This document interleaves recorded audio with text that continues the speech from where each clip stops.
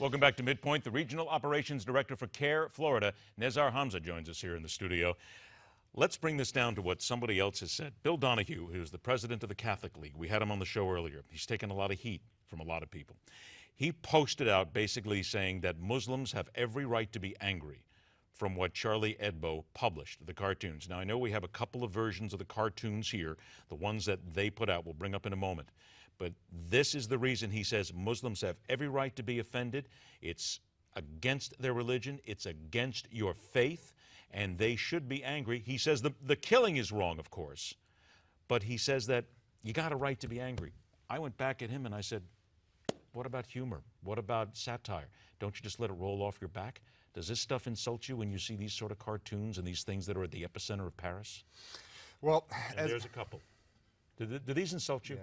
Well, as a man of faith and as a Muslim, Ed, seeing any religious figure depicted, the Prophet Muhammad, Jesus, Moses, being insulted is something I don't want to see. However, does that mean that I think it's okay for people to kill somebody? Absolutely not.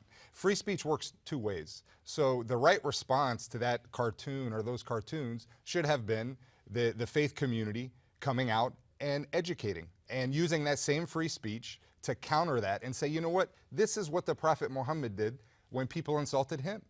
He didn't kill them. He didn't blow them up or do anything. The Prophet Muhammad was very humble. He was very forgiving, and he welcomed them. But you have clerics such as Anjar Chowdhury in England, who is saying it is our right and every Muslim must kill if you put these out. They're out there saying this, and you have the younger male Muslims are falling for it every single day. How do you counter that? Well, I mean, you know, I've been on the show before, Ed, and I've tried to with talk Chowdhury. You tried to talk with Chowdhury, and his views are very extreme and absolutely do not represent the mainstream Islam and the mainstream Muslim community. He's there.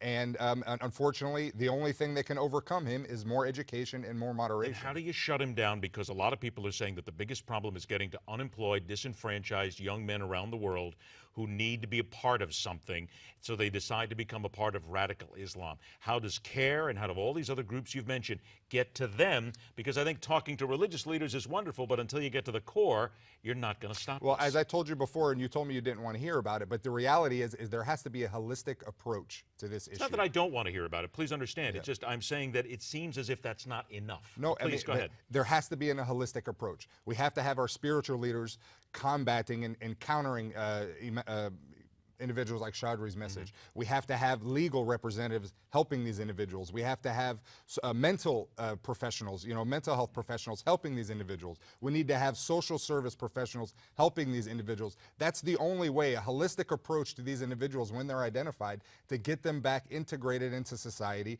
and give them an out. Give them a platform to voice what their problems are. You know, I don't like foreign policy. I don't like when you say this about Muslims. We need to grab them and we need to educate them on the correct way.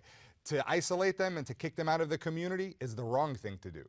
And that's what we're doing. And we have to stop that. Because of why are we doing that? Is because we have individuals attacking Muslims, saying Muslims are this, Muslims are that. They're jumping on defense, and they have no way to express themselves. They have no platform. The Muslim community is kicking them out because they don't like their extremism. And what happens? The gang mentality sets in. I need to catch somebody. I need someone to be with. I need to be part of a group. So that's the problem. The only solution is a holistic approach, and it has to be a partnership, like I said, between the government and the communities, not just the Muslim community, all of the communities in the United States. And for the government to come down and just hand a program is not going to work. Everyone needs to be at the table together, and they need to come up with a holistic approach to this program together that doesn't violate people's civil rights, that doesn't promote bigotry and intolerance, that is a true holistic solution. We're all out of time. We got a million other things to talk about. Please come back, but I wanted to give you that opportunity to get in there and at least say it. And by the way, any of the Muslim leaders and the clerics who want to come on this show and be part of the solution, this chair is open to them any single time they want to do it, as it is always to you. Exactly. Nazir, thank you so much for joining us. We appreciate it. All right, for those of you who may be hacking away at another flu season, good news. At least we think so. That and more coming up next, right here on MidPoint.